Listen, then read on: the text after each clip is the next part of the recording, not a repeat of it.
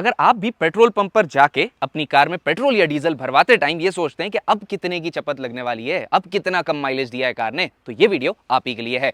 Welcome back everyone, आप देख रहे हैं एसआर कार वर्ल्ड और आज की इस वीडियो में हम बात करने वाले हैं कि आपकी कार में जितना पेट्रोल या डीजल है उसकी बूंद बूंद से हम पूरी पावर कैसे निकाल सकें, यानी कि उसके पूरे पेट्रोल या डीजल से अच्छी पावर एक्सट्रैक्ट कर सकें और बेटर फ्यूल एफिशिएंसी कार से निकाल सकें। ये हम कैसे कर सकते हैं, आइए जानेंगे हम इसी वीडियो में, बने रहिएगा वीडियो के साथ। चलिए, सबसे पहली और सबसे सस्ती चीज जिससे आपकी गाड़ी की एफिशिएंसी बहुत अच्छी हो जाएगी, फ्यूल एफिशिएंसी बढ़ जाएगी, वो है टायर्स। टायर्स में टायर का प्रेशर, जी हाँ, टायर का प्रेशर गाड़ी में कहीं ना कहीं लिखा रहता है डोर के आसपास। वो आप देख लें कि टायर में कितना प्रेशर रखना है। जनरली ये गाड़ियों में टायर्स का प्रेशर होना चाहिए 35 के आसपास, और अगर लोग ज़्यादा बैठे हैं तो टायर का प्रेशर थोड़ा सा ज़्यादा रखें आप गाड़ी में, अगर आप गाड़ी फुली लोडेड लेकर चल रहे हैं। अगर आप गाड़ी में टायर प्रेशर कम रखेंगे और गाड़ी फुली लोडेड है तो वहाँ पर माइलेज आपका डेफिनेटली बहुत कम होने वाला है, मतलब 3-4 किलोमीटर पर लीटर का फर्क हो जाएगा उसमें। तो ये मैं आपको बता दूं।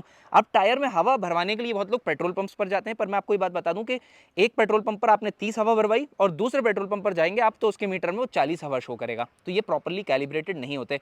तो अगर आपके पास एक टायर इन्फ्लेटर है, टायर इन्फ्लेटर आप खरीद लें, या फिर मिशलिन का ना एक वो गेज आ रहा है आजकल अमेजॉन पर, वो गेज 1600 कुछ रुपए का आ रहा है, तो उससे भी आप प्रॉपर्ली देख सकते हैं कि आपके टायर में कितनी हवा है।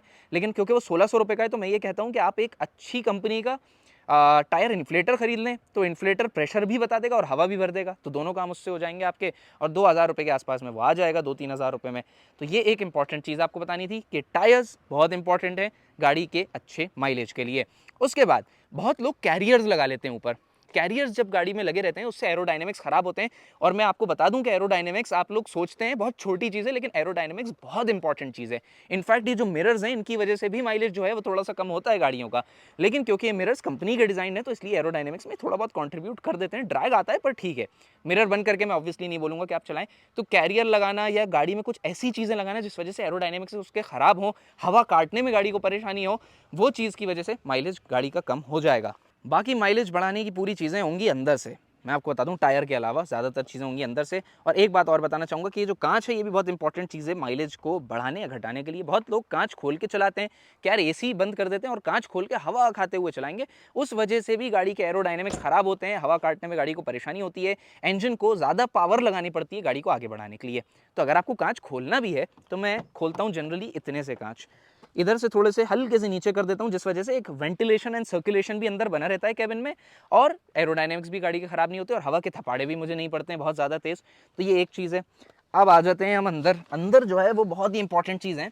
अब ये आरपीएम मीटर आपको दिख रहा है, ये आरपीएम मीटर जो है ये बहुत इंपॉर्टेंट चीज़ है माइलेज निकालने के लिए। स्पीड नहीं, लोग कहेंगे भाई 120 के नीचे चलाओ एवरेज नहीं देगी, लोग कहेंगे 80 के नीचे चलाओ, कोई कहेगा आपको 40 के नीचे चलाओ यहाँ एवरेज देगी।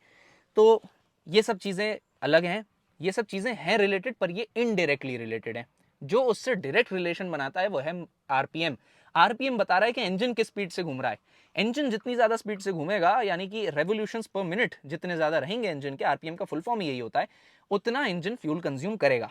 ठीक है, तो अभी मेरे हाथ बहुत ज़्यादा गंदे हो गए बिकॉज मैं अंदर बोनेट खोल रहा था, बोनेट खोल के खड़ा था। तो अब आप देखेंगे तो ये इसको मैं ऑन कर लेता हूँ। तो आरपीएम जब आप गाड़ी का चला रहे हैं तो आइडल आरपीएम रहता है डीजल इंजन का 900-1000 आरपीएम के आसपास का, 800-900 आरपीएम। जब आप इसको चला रहे हैं तो कोशिश करें नियर टू द आइडल ही गाड़ी चले। मतलब जैसे मैं एक बार स्टार्ट कर लेता हूँ इसको तो मैं आपको बताता हूँ। तो ये इतने आरपीएम पे आइडल कर रही है स्टार्ट जब खड़ी है गाड़ी, और बहुत देर तक आइडल करने से भी माइलेज आपका खराब हो जाता है। तो सिटी ट्रैफिक में जब आप खड़े हैं आइडलिंग पर, गाड़ी बहुत देर तक चल रही है, तो उससे माइलेज भी खराब हो रहा है, कैटालिटिक कन्वर्टर भी क्लॉग हो रहा है, और इंजन के अंदर भी कार्बन ज़्यादा जम रहा है, स्पेशली डीजल इंजन में। अगर डीजल इंजन आपके पास है तो उसे आइडल ना करें ज़्यादा देर, तो उससे इंजन बहुत चीज़ें गंदी होती हैं, अंदर ईजीआर भी गंदा होता है, ये सारी चीज़ें। एक बोनस टिप थी। तो जब भी आप गाड़ी को चला रहे हैं तो आप इसको कोशिश करें कि ये इस आरपीएम से नीचे ना जाए, 1000 आरपीएम से नीचे ना चले, बिकॉज तब इंजन जो है वो नॉकिंग कर रहा है आइडल आरपीएम से नीचे। बहुत लोग क्या करते हैं, हर कहीं बड़ा गियर डाल देंगे, जैसे जहां पर सेकंड गियर पर चलने की जरूरत थी गाड़ी में, वहां पर लोग फोर्थ गियर या थर्ड गियर डाल देते हैं, और इंजन आइडल आरपीएम से भी नीचे आ जाता है और कड़ कड़ कड़ नॉकिंग करने लगता है, बिल्कुल बंद होने की, स्टॉलिंग की कगार पे आ जाता है। वो भी आपको नहीं करना है, बिल्कुल बेवकूफ़ी चीज़ है वो। ठीक है, उससे इंजन में और भी चीज़ें बहुत खराब होंगी, इंजन के माउंट्स खराब होंगे, ट्रांसमिशन में प्रॉब्लम्स आएंगी, ये नहीं करना है। इंजन में आप अगर सही टाइम पर सही गियर पर चला रहे हैं तो आपका आइडल आरपीएम के आसपास ही गाड़ी जो है वो चलेगी। उसके बाद जब आप इसको चला रहे हैं, तो जैसे कि सपोज मैं हूं, तो आपको इसको ज़्यादा नहीं खींचना है, बिकॉज 2000 या 2500 आरपीएम पे टर्बो किक इन हो जाता है। वहाँ पर खींच के तो बड़ा मज़ा आता है, आप सीट से चिपक जाते हैं, बिल्कुल पावर अच्छी मिल जाती है, लेकिन टर्बो जैसे ही किक इन करता है वहाँ पर फ्यूल एफिशिएंसी बहुत ड्रास्टिकली ड्रॉप करती है। तो जैसे ही आप टर्बो किक इन कर रहे हैं या आप गाड़ी को बहुत तेज एक्सेलरेट कर रहे हैं बार बार, तो उससे माइलेज जो है वो आपका कम हो जाएगा। एंड सेकंड थिंग, एक बात आपको और बताता हूँ कि जब आप गाड़ी ना ठंडी निकालते हैं घर से, सुबह के टाइम आपने निकाली गाड़ी, गाड़ी ठंडी है, स्पेशली डीजल गाड़ी में ये चीज़ बहुत होती है, उस टाइम डीजल गाड़ी बहुत कम माइलेज दे रही होती है, उस टाइम बहुत ज़्यादा डीजल इंजन के अंदर सप्लाई किया जा रहा होता है, और उसी टाइम पर अगर आप गाड़ी को थोड़ा सा ज़्यादा भगाने लगते हैं तो वहाँ पर माइलेज बहुत ज़्यादा कम हो जाता है। तो इसी वजह से जब कोल्ड कंडीशन हो डीजल इंजन की तो उसको आप ज़्यादा भगाएं ना शुरू में, उस टाइम बहुत ज़्यादा डीजल पीने लगती है गाड़ी। तो अगर हीटेड हो गई है, हीटेड गाड़ी को भी आप भगाएंगे तो वो उतना ज़्यादा डीजल कंज्यूम नहीं करेगी जितना कि उस टाइम करेगी जब कोल्ड कंडीशन में थी, क्योंकि इंजन ऑटोमेटिकली ईसीएम उस टाइम पर उसका जो मिक्सचर है वो बहुत ज़्यादा रिच मिक्सचर कर देता है। अब एक और चीज़ जिस वजह से कार का माइलेज कम हो जाता है उसके लिए हम वापस बाहर आ जाते हैं, और वो है एयर फिल्टर।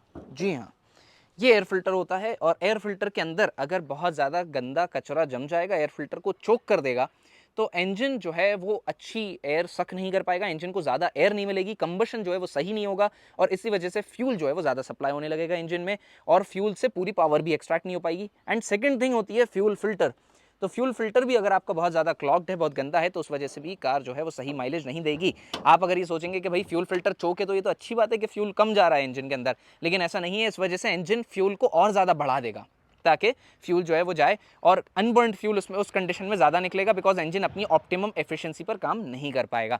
तो आपको गाड़ी को मेंटेन भी रखना है, और मेंटेनेंस में सबसे इंपॉर्टेंट चीज़ होती है एयर फिल्टर। अगर आपकी गाड़ी की सर्विस होती है 10,000 किलोमीटर पे सपोज कंपनी पे, तो एयर फिल्टर को अगर आप हर 3-4 हज़ार किलोमीटर में क्लीन करते रहेंगे ना, तो आपकी गाड़ी का माइलेज कंसिस्टेंट रहेगा। अच्छा, एक चीज़ के लिए हम वापस अंदर चलते हैं, और वो है एसी। एसी के लिए मैंने बोला था कि बहुत लोग कांच उतार देते हैं, कांच उतारने से बेहतर है कि आप एसी चलाएं, लेकिन ये चीज़ अप्लाई होती है हाईवे पर।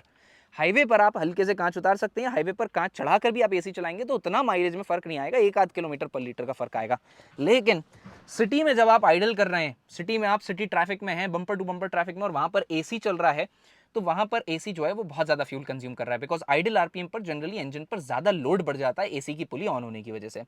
तो ये चीज़ है कि एसी चलाने से, मतलब आप अगर चाहे इसको बोल लें कि यार कैसी बातें कर रहे हो, एसी नहीं चलाएंगे क्या गाड़ी में, तो एसी चलाने से माइलेज आपका कम होता है। तो अगर आपने एसी चलाया तो माइंड बना लें कि भाई गाड़ी में जब आप पेट्रोल पंप पर जाएंगे तो वहाँ पर आपको ज़्यादा पेट्रोल इसमें भरवाना पड़ेगा। अच्छा, एक गड़बड़ लोग करते हैं वो है कि कुछ गाड़ियों में ये डेड पेडल नहीं होता, जैसे कि पैर रखने की जगह है, ये डेड पेडल नहीं होता, तो कुछ लोग क्या करते हैं क्लच पे ही पैर रखा रहने देते हैं। अब ये तो हल्का सा प्ले है, कोई कहेगा यार इससे क्लच दब थोड़ी रहा है, पर इतना सा पैर, क्योंकि हाइड्रोलिक क्लच है, बहुत सारी गाड़ियों में हाइड्रोलिक क्लच ही आता है, तो अगर आप इतना सा भी इससे पैर रेस्ट कर देते हैं तो हल्का सा वो क्लच प्लेट को और प्रेशर प्लेट के बीच में गैप क्रिएट कर देता है, उस वजह से भी माइलेज कम हो जाता है। ये बहुत ही इंपॉर्टेंट चीज़ है, बहुत लोगों को नहीं मालूम होती, बता देता हूँ।